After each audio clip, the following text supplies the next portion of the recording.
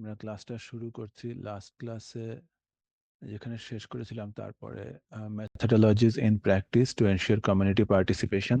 তোমরা আশা করি শুনতে পাচ্ছ আমাকে। তোমরা চ্যাট বক্সে তোমাদের নাম, রোল নাম্বার লিখে অ্যাটেন্ডেন্সটা দিয়ে দাও। Methodologies in practice to ensure community participation. আমি তোমাদেরকে হ্যান্ড আউটের শুরুতে বলেছিলাম, এখানে যে 3-4টা টপিক আছে, অনেক সময় পরীক্ষায় কোয়েশ্চেন আসলে একটা কোয়েশ্চেন করলে তোমরা অনেক সময় অন্যটা অ্যান্সার করে দাও। Please take care of the title. এটা হলো মেথড, অর্থাৎ কমিউনিটি পার্টিসিপেশন আমরা কিভাবে এনশিওর করব তার কিছু মেথড আছে।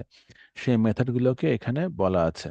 মেথডগুলোকে যদি আমরা বলি, আউটলাইন করি, তাহলে আমরা কয়েকটা মেথডের নাম, যেরকম case study, key informants, focus group discussion. This is very popularly known as FGD.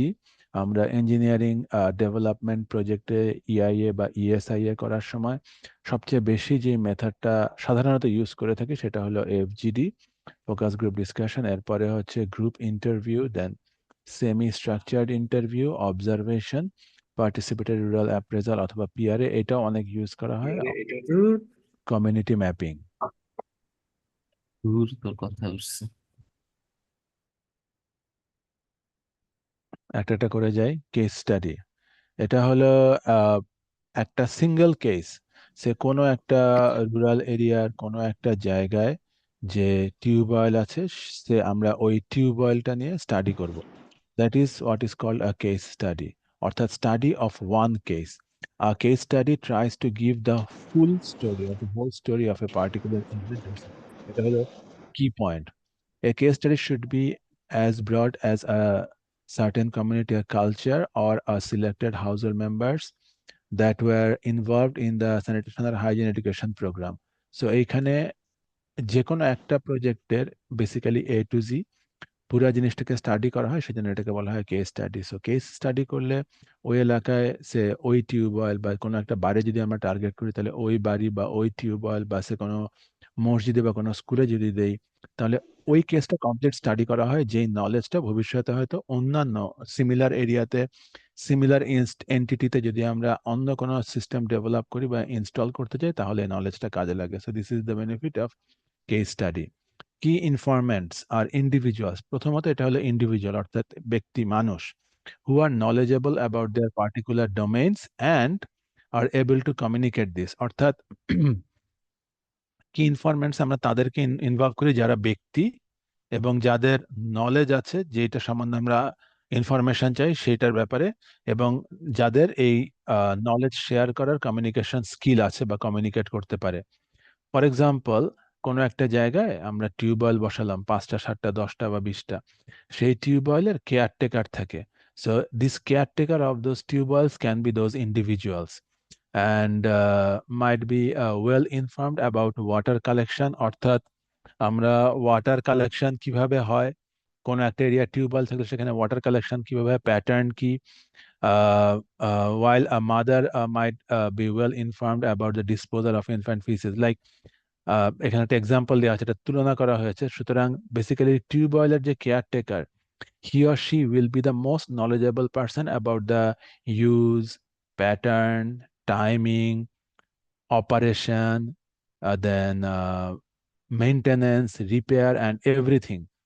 So individuals may vary in the type and level of knowledge. সো প্রত্যেকের দায়িত্ব একই, বাট একই কাজ অনেক মানুষ করলে সবার দায়িত্ব, নলেজ একরকম হয় না। সো প্রত্যেকের নলেজ ডিফারেন্ট হবে এবং এক্সপ্রেস করার অ্যাবিলিটিও ডিফারেন্ট হবে। এটা আমাদেরকে মাথায় রেখে এই কি ইনফরমেন্টটা গিয়ে করতে হবে। কারণ কি ইনফরমেন্ট বেসিক্যালি, ধরো একটা গ্রামে 30 জন কেয়ারটেকার আছে টিউবওয়েলের, এবং 30 জনকে আমরা ডাকবো। এই 30 জনের প্রত্যেকের নলেজ লেভেলের নলেজের লেভেল কিন্তু এক না। So even though they are doing the same thing, they will have different way to express ইট।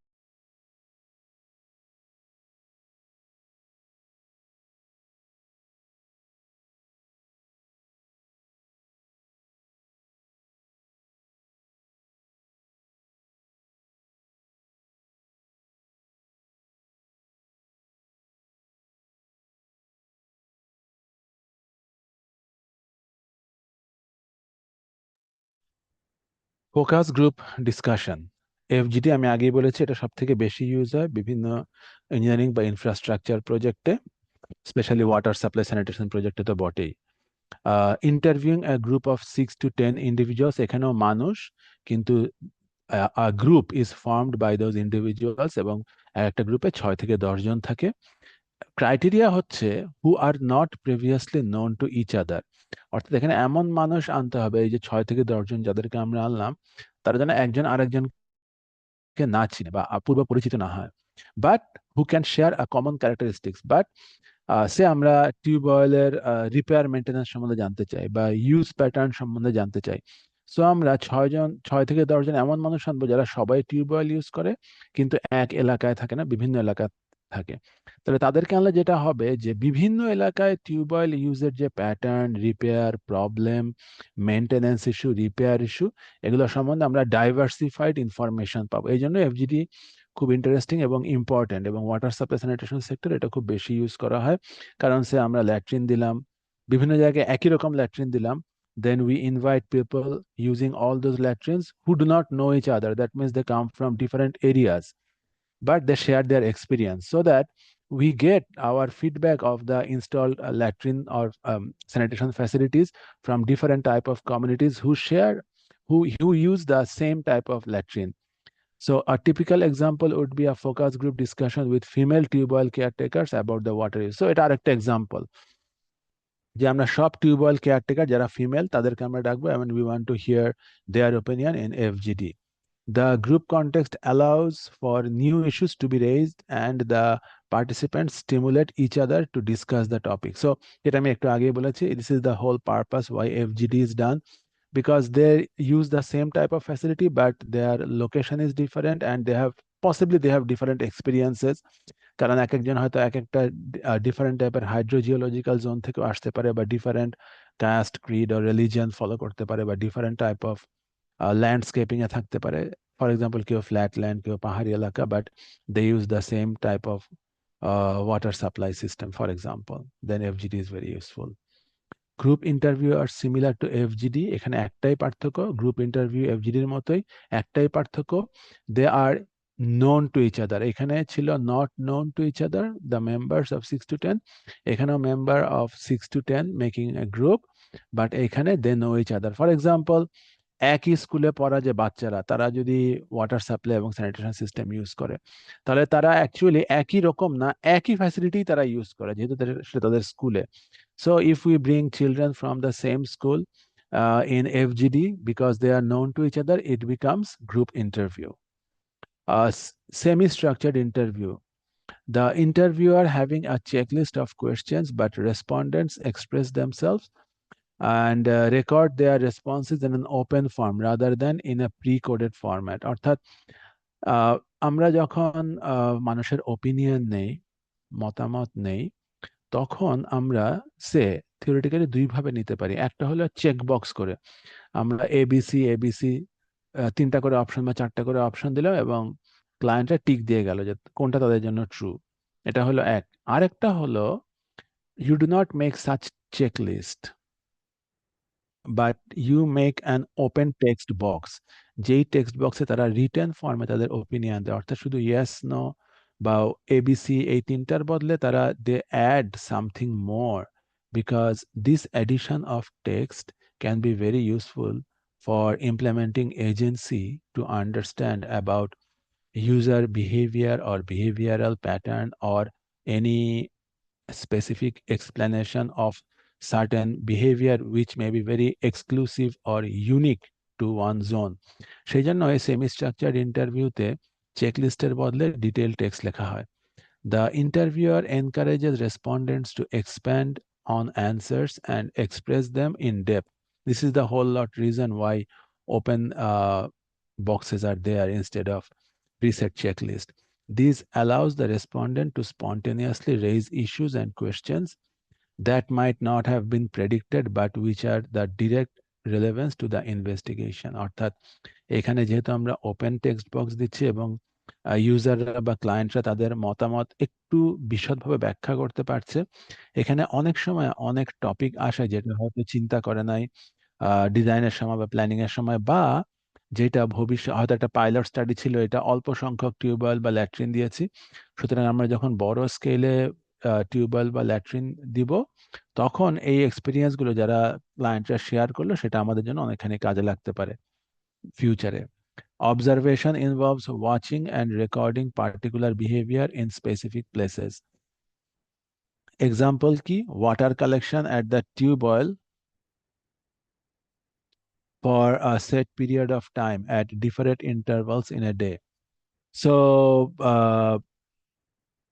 আমরা ধরো সকাল 8টা থেকে 10টা, 12টা থেকে 2টা, 5টা থেকে 7টা, এরকম বিভিন্ন টাইম স্লটে আমরা একটা টিউবওয়েলের ইউজার প্যাটার্ন দেখতে চাই। কি দেখতে চাই?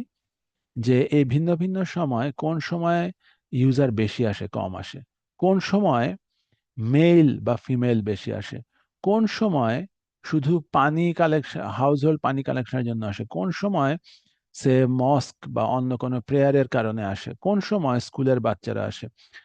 Age wise, gender wise, type wise, pattern wise বিভিন্ন রকম স্টাডি ইনফরমেশন আমরা গ্যাদার করতে পারি, and this is called observation.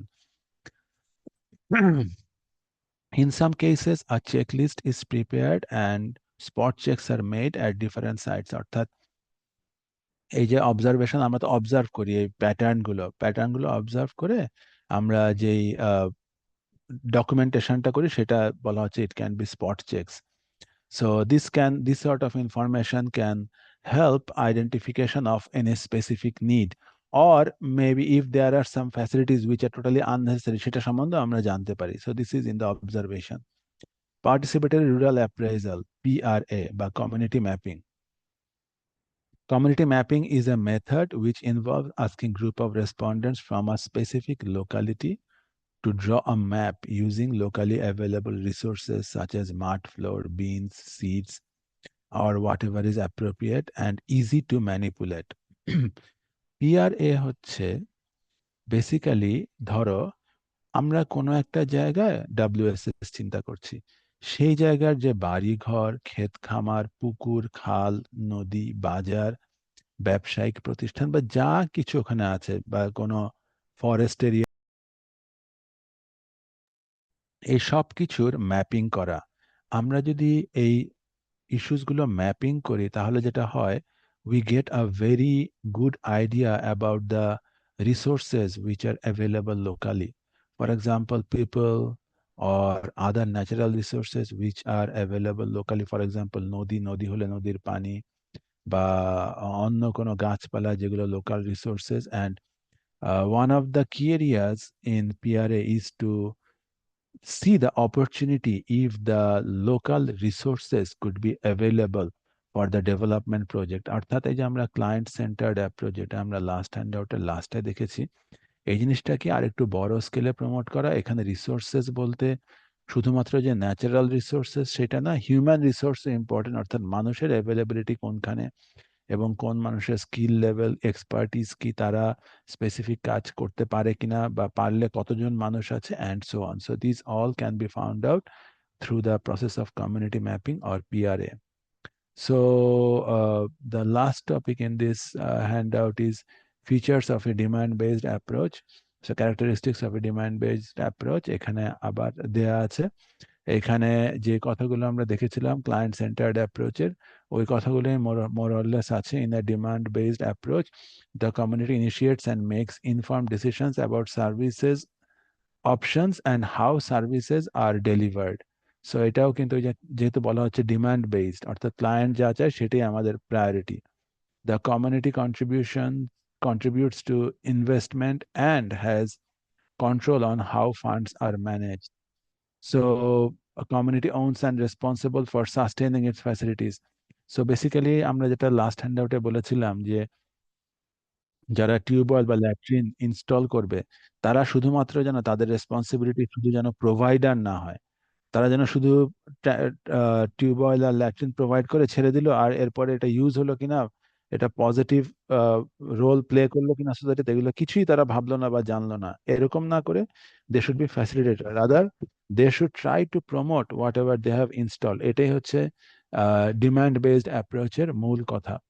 So this is where we finish hand out to. আমরা এর পরের দিন হ্যান্ড আউট 3 শুরু করব। আজকে তোমাদের যে ক্লাস টেস্ট ছিল 1:30টার সময়, we scheduled that class test is cancelled because I came to know from you that আমাদের গাড়ি হয়তো উত্তরা বা এইসব এলাকার গাড়িগুলো চলাচল করেনি, আমাদের অনেক স্টুডেন্ট হয়তো আসতে পারেনি আজকে ক্যাম্পাসে। আমরা পরীক্ষার আজকের ক্লাস টেস্টটা ক্যান্সেল করেছি। প্লিজ যারা সিআর আছো তারা আমার সঙ্গে নেক্সট পরীক্ষা time which is expectedly in 1 or 2 days, maybe কালকে বা পরশু, আমার সঙ্গে কনফার্ম করে নিও। তোমরা সবাই ভালো থাকো, সুস্থ থাকো। আমি এই লেকচারটাও আপলোড করে দিব টিমসে। Thank you very much.